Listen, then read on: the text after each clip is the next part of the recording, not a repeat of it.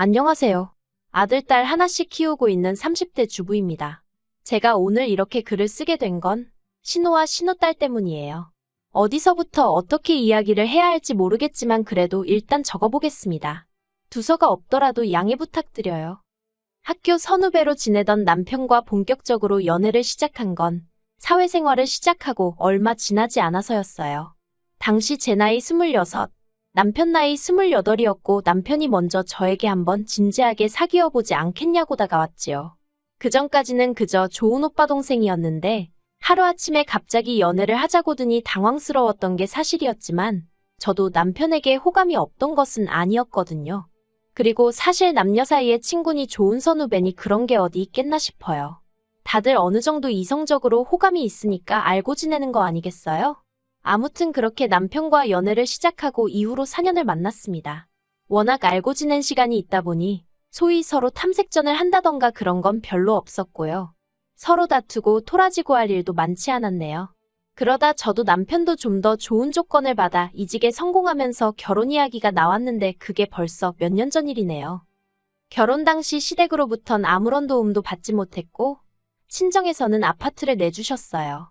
왜냐하면 시댁은 영사정이 여의치 못했거든요. 남편과 제가 본격적으로 결혼 이야기가 나오던 시기에 시매부가 하던 사업이 부도가 나네 만에 소리가 나왔고 신우 죽는 소리에 결국 시부모님이 두 분 사시는 아파트를 담보 삼아 대출을 받아주셨다 들었습니다. 그리고 그 액수가 자그만치 3억 가까이 되었어요. 3억이 누군가에게는 별것 아닌 돈일 수도 있었겠지만 평범한 서민인 남편이나 제 입장에서는 정말 큰 돈이었거든요.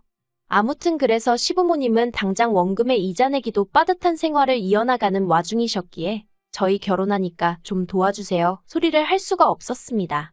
더 솔직히 말하자면 먼저 그래도 단돈 얼마라도 보태주겠다 하셨으면 좋았을 텐데 아예 이런 방구 그런 말씀이 없으셨거든요.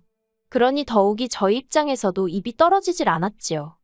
그리고 상황이 그렇다 보니 남편과 제가 모은 돈이 얼마 있었다고 해도 어디 전세로 가기에도 빠듯한 형편이었습니다. 하지만 월세를 살자니 그건 길바닥에 버리는 돈 같아서 도저히 엄두가 안 나더라고요.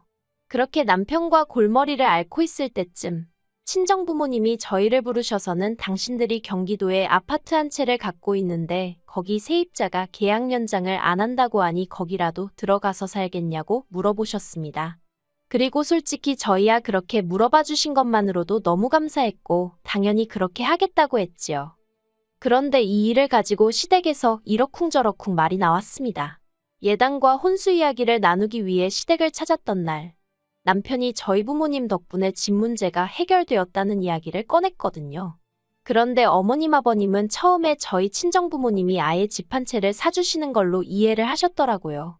그래서 제가 그런 게 아니라 두 분이 갖고 계신 아파트에 당분간 임시로 저희가 들어가 살기로 한 거라고 정정해드렸습니다. 그랬더니 어머님이 그런 명의는 어떻게 되는 거냐고 물으시대요. 그래서 명의가 바뀌고 그런 것도 없고 저희는 정말 몸만 들어가서 사는 거라고 했어요. 그랬더니 어머님이 한마디로 치사하단 식으로 말씀을 하시는 거예요. 그리고 제 입장에선 솔직히 황당하고 듣기 거북했지요. 그런데 그때 남편이 먼저 나서서 사위랍시고 빈몸뚱아리로 들어가는데 그만큼 배려해 주신 것만 해도 감사한 일 아니냐면서 어머님께 화를 내더라고요. 그러자 아버님이 남편더러 부모한테 말하는 싸가지가 어쩌고 하셨는데 뭐 솔직히 저는 어떻게 들릴진 모르겠지만 그런 남편이 든든하게 느껴지대요. 아무튼 그렇게 신혼살림을 차리고 이후로 저희 정말 악착같이 살았습니다. 비록 좋은 직장을 다니고는 있었지만 그렇다고 다른 부부들처럼 해마다 해외여행을 간다던가 그런 것도 해본 적 없어요. 물론 속으론 저도 남들처럼 해외여행도 다니고 명품백도 갖고 싶었고 남편하고 같이 비싼 외제차도 끌고 싶었지만요. 하지만 그런 욕구들을 억눌러가며 좀 더 나은 미래를 꿈꾸며 하루하루 열심히 살았네요. 그리고 그런 와중에 아들, 딸을 연년생으로 낳으면서 좀 더 열심히 살아야겠다는 의지를 다지게 되었지요. 그러다 지난해 마침내 서울에 있는 30평대 구축 아파트로 이사를 하게 되었습니다. 친정부모님의 도움도 있었고 대출도 좀 있었지만 그래도 저희 두 사람의 힘으로 장만한 아파트였기에 감회가 남다르더라고요.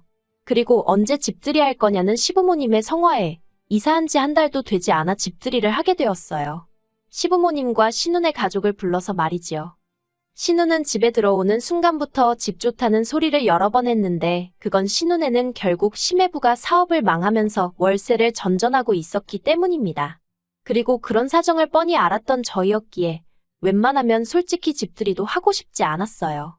신우가 어떻게 받아들일지도 모르겠고 나름대로 조심스러웠던 거지요.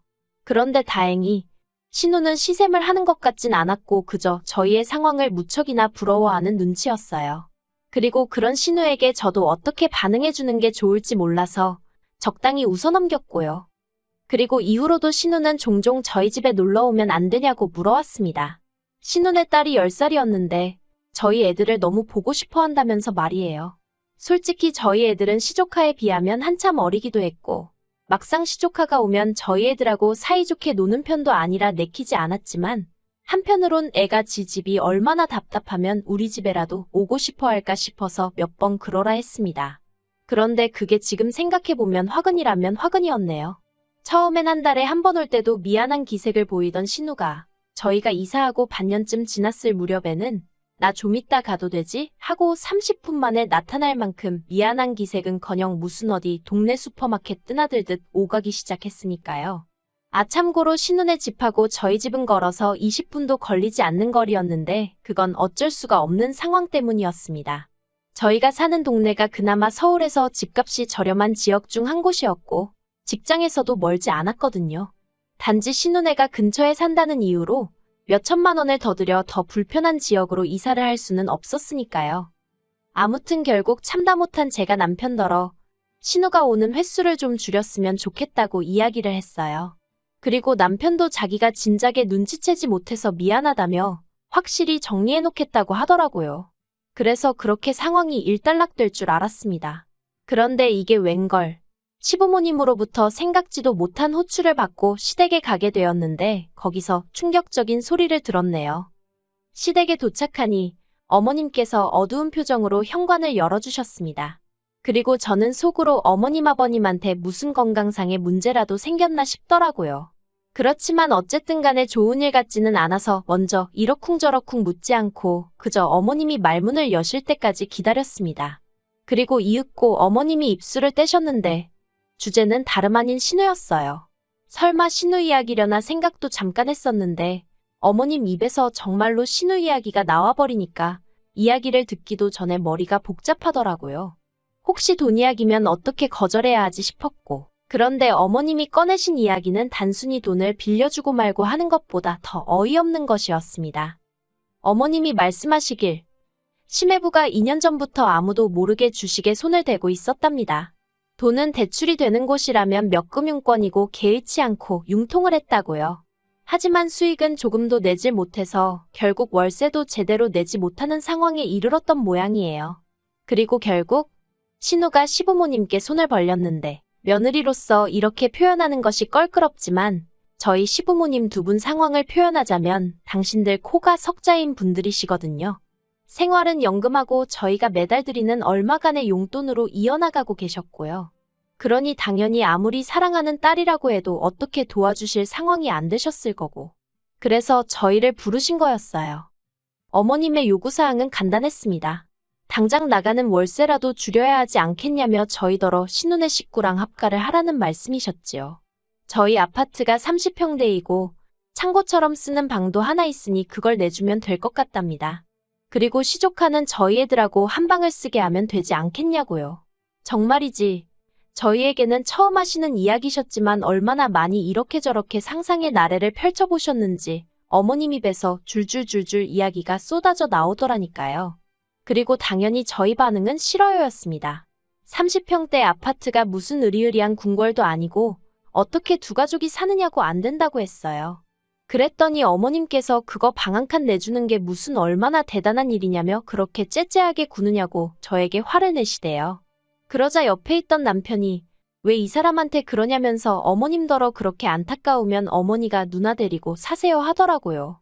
그러자 어머님이 지금 이 집을 보고도 그런 소리가 나오냐면서 너네만 잘 살면 그만이냐 어쩌냐. 그래서 결국 어머님과 남편 사이에 고성이 오가고 아버님은 먼 산만 보고 계시고 저는 저대로 괜히 불똥 튈까 싶어서 남편 뒤에 숨어있다시피 하다가 집으로 돌아왔습니다.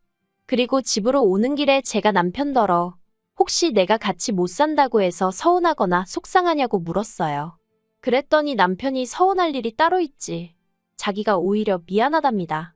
그러면서 어머님이 도대체 어쩌다가 그게 가능할 거라고 생각하시고 그런 이야기를 꺼내신 건지 모르겠다며 저더러 신경 쓰지 말라대요.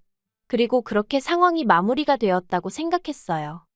그런데 이튿날 남편은 출근하고 저는 회사 창립 기념일로 집에 있었거든요.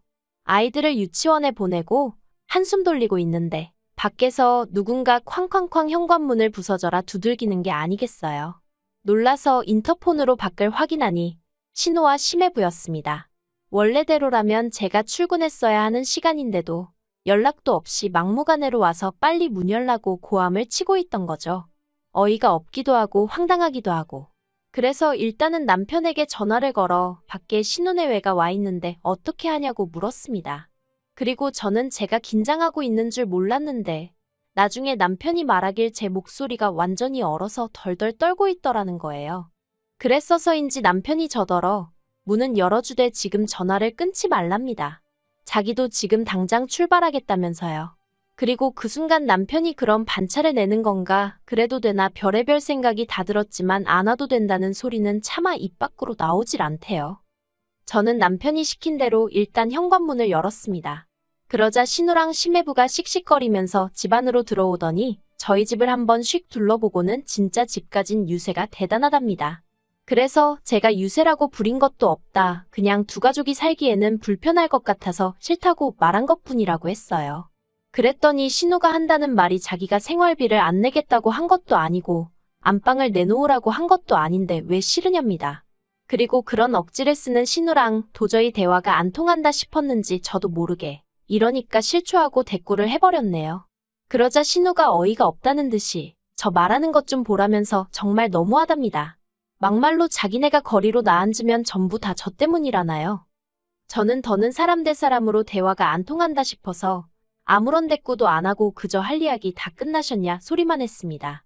그랬더니 심해부가 앞으로 나서서는 제 어깨를 자기 손가락으로 툭툭 치면서 평소에 착한 척은 혼자 다 하더니 무섭네요 무서워하며 빈정거리대요. 그리고 그때는 남편이 오겠다고 한 지 얼마 되지 않은 상황이었는데도 옆에 없는 남편이 원망스러울 만큼 상황이 무섭게 느껴졌어요.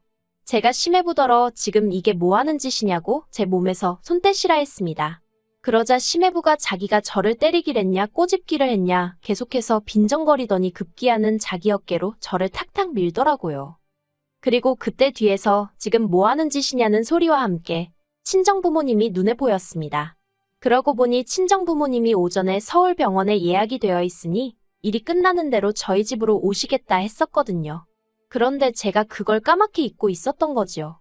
친정아버지가 저를 확 잡아 끄시더니 심해부더러 지금 이것도 다 폭행인 거 모르냐면서 친정어머니더러 저 데리고 병원 가서 진단서 끊어오라고 하시는 거예요. 그리고는 경찰도 부르라고요. 그러자 순식간에 집안이 아수라장이 되었고 그때 남편이 헉헉거리며 저기서 뛰어오는 게 보였어요.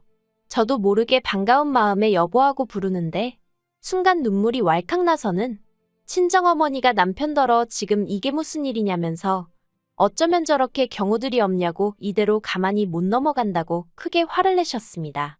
그리고 그제서야 신우가 상황이 자기들한테 불리하단 걸 깨달은 건지 그런 게 아니라며 말도 안 되는 변명을 하기 시작했는데 저희 친정부모님은 물론이고 저나 남편도 그걸 귀담아 들을 리가 없었지요. 남편이 신우더러 가만 안 두겠다면서 기어이 여기까지 와서 행패냐고 악을 썼어요.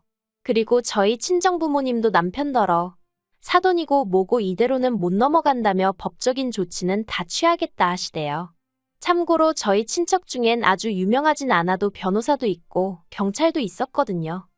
그리고 저희 친정아버지는 말씀하신 대로 신혼예외를 폭행으로 고소하셨습니다.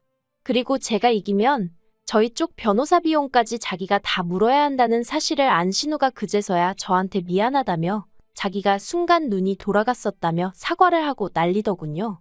그런데 남편이 봐주지 말랍니다. 사람이 순해 보이니까 아주 헛개비로 보고 덤빈 거 아니겠냐면서 끝장을 봐야 정신 차린다고요. 그리고 저는 고민 끝에 남편 뜻에 따르기로 했어요. 착한 줄 알았는데 어쩌고 그 소리 들을 때 정말 기분이 너무 나빴거든요. 그리고 말한 대로 저는 안 착한 사람이니까 굳이 자비를 베풀 필요가 있겠나 싶대요.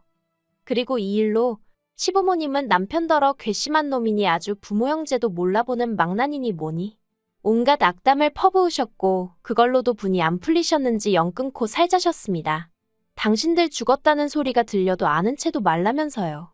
그런데 남편이 덤덤하게 알겠다는 말 한마디만 하더라고요. 저한테 자세히 말은 안 해도 자기도 그간 시부모님께 맺힌 게 많았던 모양이 돼요. 그리고 제가 생각하기에 제가 여기서 해야 할 일은 그저 그런 남편 옆에서 묵묵히 자리를 지켜주고 고마움을 표현하는 일뿐인 것 같습니다. 남편이 누구보다 저와 아이들을 제일 우선으로 생각해주는 사람이라 다행이다 싶을 뿐이에요.